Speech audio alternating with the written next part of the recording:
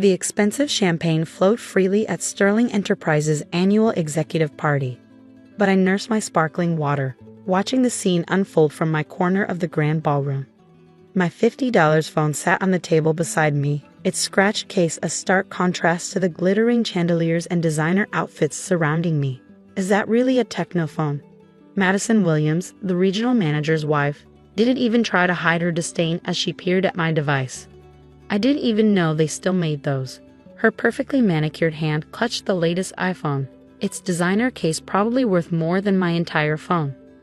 I smiled politely, used to these reactions. It makes calls and sends texts, that's all I need. But darling, Madison's voice dripped with false concern, loud enough to attract attention from nearby tables. How do you even take proper photos? The camera must be dreadful. Before I could respond, James Sterling Jr., the CEO's son and heir apparent to Sterling Enterprises, sauntered over, his signature smirk firmly in place. Mother was right, letting the entire staff attend these events really has lowered the tone. He picked up my phone, turning it over with 2 fingers as if it might contaminate him. What department are you from again? Mailroom? Actually, I'm new, I replied calmly, taking my phone back. Just started this week. Well, Madison jumped in, clearly delighted to have an audience gathering. Perhaps after a few paychecks, you can upgrade to something more appropriate for our company's image. Though with entry-level salaries these days, she trailed off with a theatrical sigh. Speaking of image, James added, straightening his custom-made suit. The board meeting tomorrow will determine the company's new direction. Big changes coming. He winked at Madison. Some people might want to start updating their resumes and their phones. I checked my cheap phone's screen, 7:58 p.m. Perfect timing. The board meeting was actually moved to next week, I commented casually, taking a sip of water. James laughed loudly, drawing even more attention. Sweetheart, I think I would know about any changes to the board meeting. I am the CEO's son. Oh yes, James Sterling Jr. I smiled, standing up as I heard familiar footsteps approaching. Which makes me Sarah Sterling. The room fell silent as my father, James Sterling Sr., CEO of Sterling Enterprises, walked in, his commanding presence drawing all eyes. I see you've all met my daughter. Madison's champagne glass slipped from her fingers, shattering on the marble floor. James Jr., my half-brother who'd never bothered to attend any family events or look at photos of his father's new family, turned an interesting shade of pale.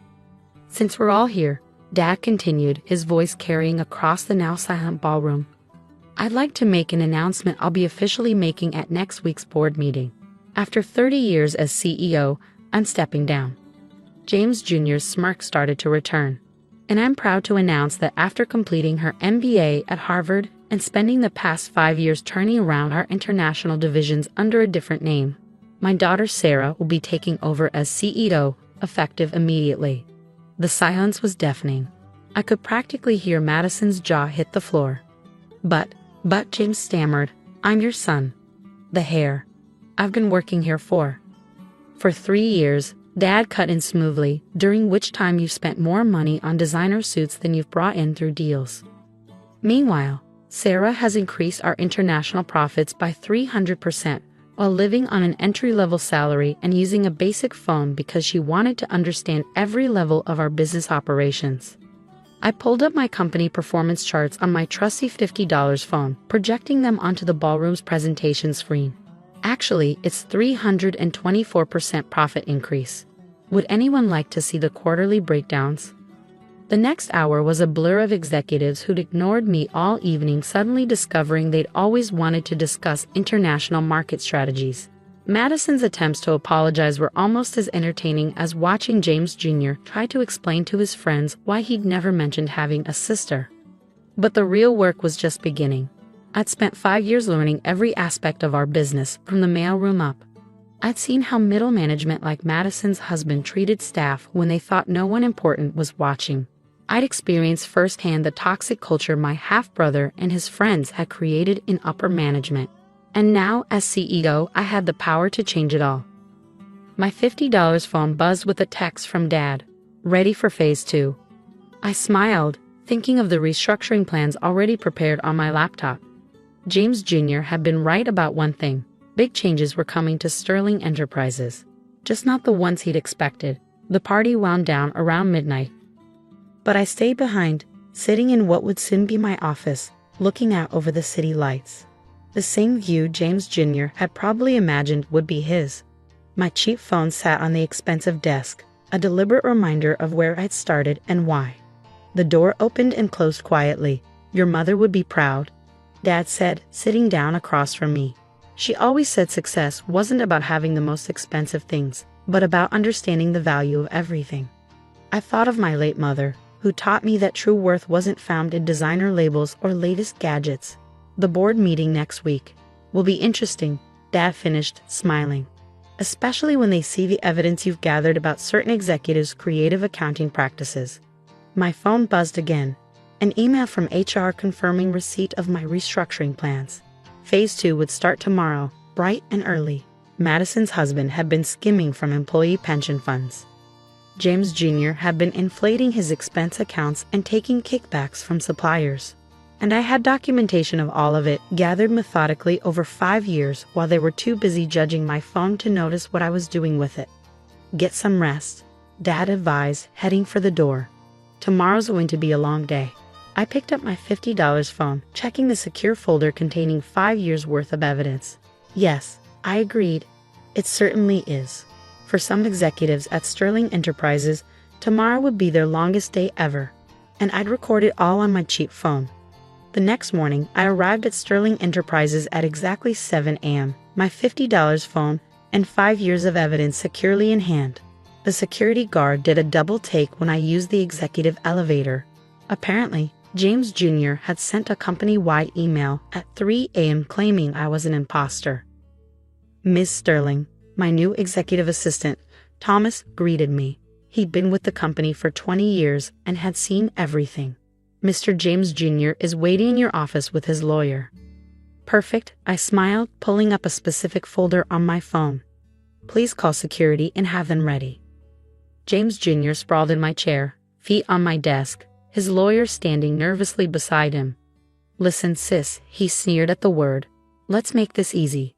You walk away now, keep whatever Dad promised you, and we'll forget about your little stunt last night." I set my phone on the desk, camera facing him. "You mean like how you forgot about the Miller contract?" His feet dropped from the desk. "What?" "The Miller contract. 3 months ago, you took a kickback of $500,000 to award it to your friend's company instead of the more qualified bidder." I played the recording from my phone. James Jr.'s own voice discussing the deal in what he thought was a private conversation. "You can't," his lawyer started. "Oh, but I can. You see, while everyone was busy mocking my cheap phone, they never noticed it recording their conversations. Legal in this state with one-party consent, by the way." I turned to the lawyer. "You might want to stay for this next part. It concerns your billing practices too." Security arrived as James Jr. lunged for my phone. "This is all lies. I'll sue." "Actually," I pressed play again. "Here's you admitting to embezzlement last Christmas. And here's your conversation with Madison's husband about the pension fund scheme. The FBI is very interested in that one." The lawyer quietly gathered his things and left. By 9 a.m., Madison's husband had been escorted from the building, his computer seized by corporate security. By 10 a.m., 3 more executives had resigned rather than face audit findings. James Jr. was still yelling about lawsuits when security removed him from the premises. "Your brother's friends are all resigning," Thomas reported, bringing in more documentation. "And Madison is in the lobby, insisting she needs to speak with you." I checked my phone's calendar. "The board meets in an hour. Let's make her wait." The board meeting was everything I prepared for. 5 years of evidence meticulously gathered and organized. Every questionable deal, every misused fund, every instance of harassment or discrimination I'd witnessed while working entry-level jobs throughout the company. "Ms. Sterling," one board member sputtered, "this is unprecedented." "No," I corrected. "What's unprecedented is how long this corruption was allowed to continue. This company was built on innovation and integrity. Today, we return to those values." My phone buzzed. A message from Dad.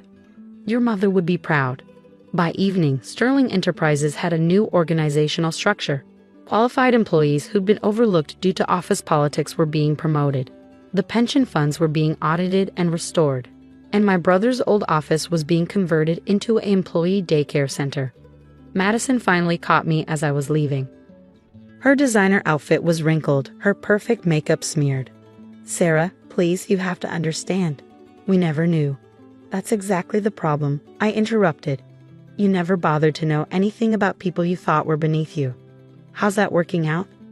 "My husband. The pension funds. Please, we can work something out." I held up my cheap phone. "Everything's already worked out. It's all documented right here on my embarrassing little phone. The authorities have copies." I stepped into my car, then paused.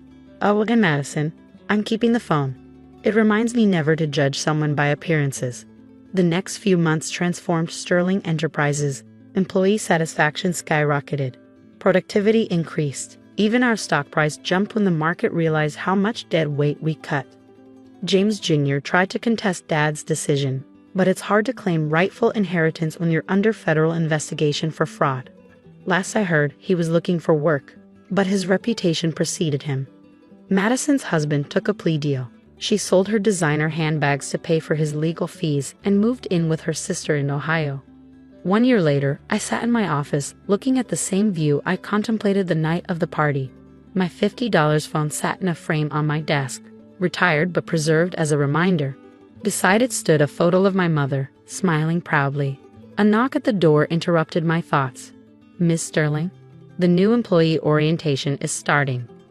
I smiled, picking up my new phone, still not the most expensive model, but chosen for its functionality rather than status. "Thank you, Thomas. Let's go welcome them to the new Sterling Enterprises." The orientation room was full of eager faces. I took my place at the podium, my simple phone recording for training purposes, just like its predecessor had done. "Welcome to Sterling Enterprises," I began. "Let me tell you a story about a $50 phone and what it taught me about true value. Because sometimes the best revenge isn't just about getting even.